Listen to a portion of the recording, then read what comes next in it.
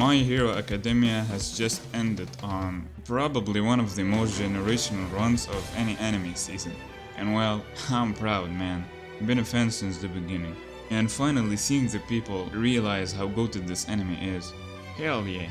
Though I am a bit salty because I would have been flamed for saying that I'm a My Hero fan even up to a year ago. But yeah, shout out to my boy Deku. Finally everyone can see how goated he is. 10 valid reasons Deku is one of the most overrated protagonists of all time. Dude, half those words that you just said aren't even in the sentence. They're all there. I think he's fairly rated. Poor guy is the main protagonist and yet he was ranked 4th in the popularity poll, so considering that he began his story without any superpowered abilities. So relatable. He's just like me, in a way.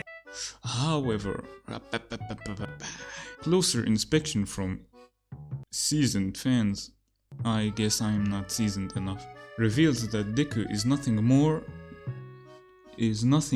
than a tired caricature of a typical shonen protagonist. God damn, what did he do to you? A tired caricature of a typical shonen protagonist.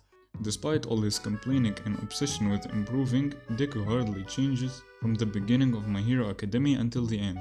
I mean, it's not like he had a whole arc where he became a vigilante. Even when he disregards other advice, Deku will always seem to come out on top. By on top you mean barely surviving. Sure. Number 10. Deku has no character development. What do you mean? What do you mean? He may not have had the most substantial character development out there, but he did change throughout the series, through the people that he met, the villains that he fought, and the huge responsibility to bear. That's not character development. Not everyone needs to become an anti-hero with morally grey decisions. He begins the story as a down-on-his-luck bullied kid and continues weaponizing his otherness as the anime goes on. What does otherness mean? Otherness.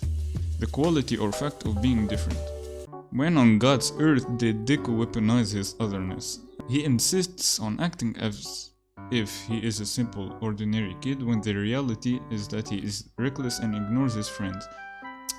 Was he supposed to act like he was the people's savior or what? It makes him a messianic figure. Deku does not learn any new lessons or face any hard truths. No, don't leave me. I'm hard right now. He did become a vigilante for a time. Also, so he did watch the anime. But that was out of sense of false righteousness. You say what? False righteousness. For him at that point it was just the right thing to do, so isn't that character development? Inner conflict with your own morals and beliefs and then coming to terms with them. Deku had a lot of potential for change, but the creators Is he generic? Have you ever watched an isekai anime? You will know what a generic protagonist means. Number 9. Deku thinks One for All make him special. It's not like it's the strongest work. It's not like you have the world's strongest quirk that made you destined to find the literal demon lord of that universe. You think you're special. Also, didn't you just say that he insists on acting as if he is simple ordinary kid? Deku has always looked up to All Might. Shit, I do too. Therefore, when All Might Hand chooses Deku to become his successor, it inflates Deku's ego to the fullest. But you just said he insists on it. Okay. He immediately starts to act like he is the chosen one. One for All is of course a coveted power. Could you stop using these very hard words? Greatly desired or envied. Okay. Deku seems to believe that it makes him a messianic figure. Please, Deku, save us, please. That's insane. Deku and a messianic figure should not even be in the same page, not even sentence. Number 8. Deku portrays a sense of false humility. You see him right now? You see his tears fake. You see his sadness fake. So he has a false sense of humility. He thinks he's the chosen one, and in the Cynic figure, he has absolutely no character, and he is a tired, not just a character, a tired caricature of typical shonen protagonist. Deku puts on a rather learned air that he is just a learned air, not just he learned that shit by heart. He came from humble beginnings. When audiences get to know him more, they realize that Deku's sincerity is performative. Deku with his matcha and labubis. Matcha Pilates in Bali before a Labubu rave. Ho ho ho. When audiences get to know him more, hey, who's we? Who is we? There is no we. Deku portrays himself as someone who is the truest hero of heroes. He is the one who will save the world with his charms and fists. Deku? That guy? Charms and fists? Did you watch the anime from TikTok's Alexa? Charms in his fists. I don't think he has that much charm going on for him, man. His fists, for the majority of his fights, he never solves them by just going on and punching the villain. Technically, that's what he does, but it's not as straight up as, say, One Punch Man or Song Jin-woo. That's his charms and his fists, literally. No, he definitely used his charms against Muscular. When he returns, he acts all shy as if defeating immense enemies was nothing. But you just said that he thinks he's a messianic figure. You're confusing me, Alexa. But sharp-eyed fans. At this point, I'm genuinely blind. Number 7. Deku ignores his friends after he has a few battles. One of the core traits about Midoriya is caring for his friends. Again, that's why he went through all that vigilante arc, because he believed that his responsibility as a all-for-one holder, he needs to be the only one that puts up with one for all. And that guilt of putting his friends in danger led him to go through that arc. When Deku begins his heroic journey, he easily makes friends with the likes of Uchiko Uraraka, the peasants similar to Uchiko Uraraka and Tenya Ida. Yet he continuously pushes them away and trains so much that he rarely sees them outside of gym on actual combat. Maybe because he is the bearer of the strongest quirk and he is destined to fight the demon lord of that literal universe. This is all because Deku could not. He tried his best, but could not associate with people who were as obsessed with winning as he was. Deku is a hustler, and he cannot hang out with such losers. The likes of Ochako Uraraka. Number 6. I was gone when they did that. Bandana rap with my comb and my wig at. If you won't beef it, it's home with a. Deku ignores advice from everyone. He has great mentors like All Might, Gran Torino, and Shota Aizawa. Unfortunately, he rarely listens to the advice they give him. Except the times he actually listens. Like this time. And this time. This has to be race bait. Deku is repeatedly told to rely on his friends in combat. Well, what is he supposed to do if his friends are weak as shit? You want him to rely on Mineta. You want him to rely on that tape guy that I cannot remember his name, and that I will not remember his name, and I have no idea why people like him. I don't know why they give him screen time in the last fight. Fucking conspiracy theory to sell us more tape. It tries to be everywhere at once and be the only one who battles at all. You're acting like he is actively sabotaging his friends mid-fight. Deku has his own agenda. Oh, Deku is liberal, right-wing, centrist. Number 5. Deku is inhumanly nice. Deku is generally seen as a nice guy. Yes. Especially when it comes to his other classmates. Deku ignores his friends after he has few battles. He is and is always willing to lend a helping hand. But he is almost too nice, so Alexa is on to you. He is such a good character that he becomes boring as a result. Midoriya should have been a little bit racist here and there, you know, sprinkles of racism towards Takoyaki or whatever his name. Who the fuck is this black person in my lobby? You better change that skin now. It should have been a little more sexist, you know, to add spice to the character. Humans are not always kind. That's why he pushed his friend when he was a vigilante, and you said that was a bad thing.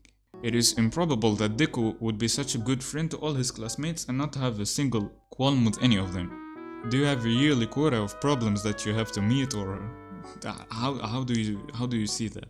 Deku is not a compelling character because he has no real underlying conflicts to solve or get over.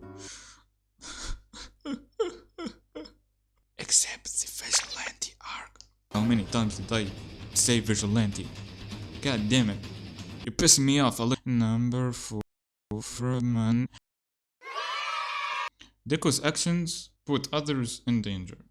Deku continuously gets himself in strikingly dangerous situations by facing villains whom he is patently not ready for. Patently. I mean, I have to thank you, Alexa. You're making me learn a lot of vocabularies. Patently. Patently, without a doubt. He's not actively looking for this villain, but he is constantly put in situations where he has to go beyond and fight way overpowered villains.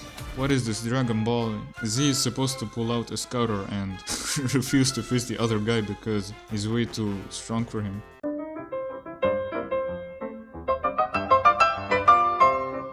Deku is excessively overpowered. Most of the time he was not able to beat the villains by just spamming his ults. One of the most egregious aspects...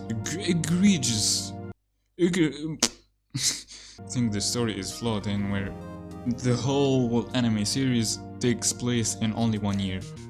Deku is practically a one-for-all master in only 1 year. Yeah. That's... I agree, man. Audiences are supposed to believe that it is because Deku has such strong fighting spirit. What is this, Hajime no Ippo?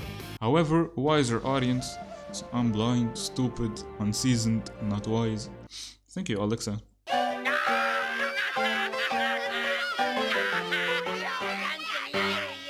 Number 2. Deku is instantly good at everything. In line with things like Deku's nice guy's persona, you never see it come, and not getting any consequences, proceeds to show his fingers absolutely shattered.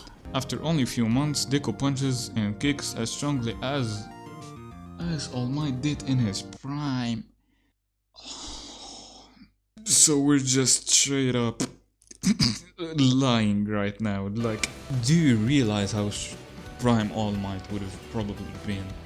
For All Might punched All for One so hard that despite his regeneration ability, that motherfucker stayed disfigured. Deku is also a relatively good dancer.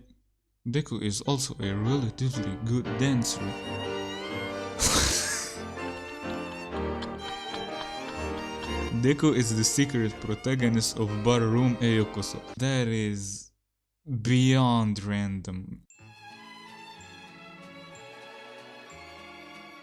Deku purports. Is that a tongue twister? Deku purports. Literally. Ya Allah. God forgive you. Purports. That has to be a fake word. Purports. Appears to be or do something, especially falsely. Said he is the one who is rewarded the most for the least amount of actual effort. But he did put a lot of effort. You're acting. Number 1. Deku never faces any consequences. He continues using One for All in his arms, despite being told he could shatter his bones if he did it again and is just fine. What a hater you are. You wanna see his bones shatter? Well, you happy now? Look at this poor boy. This is part of the reason why fans tend to love Katsuki Bakugo and Shoto Todoroki more, because they actually suffer from their terrible choices and learn to grow from them. Todoroki suffers from his terrible choices of having an abusive father, and he brazenly jumps into dangerous situations. Yes. There are no stakes because audiences know that bad things do not apply to Deku. Do you want the main character to die in the first episode? Is that what you want? Go watch. かつて神だった獣たち Alexa, you called my boy Static. You called him inhumanly nice, fake, performative, a bad friend, performative, and that he is a Tired caricature of a typical shonen protagonist. Listen. I'm gonna have an open mind and entertain the possibility that I may be this media illiterate and that I completely misunderstood this this whole character's existence. Well, I hope you enjoyed this. Alexa, God forgive you. Have a great day and bye bye.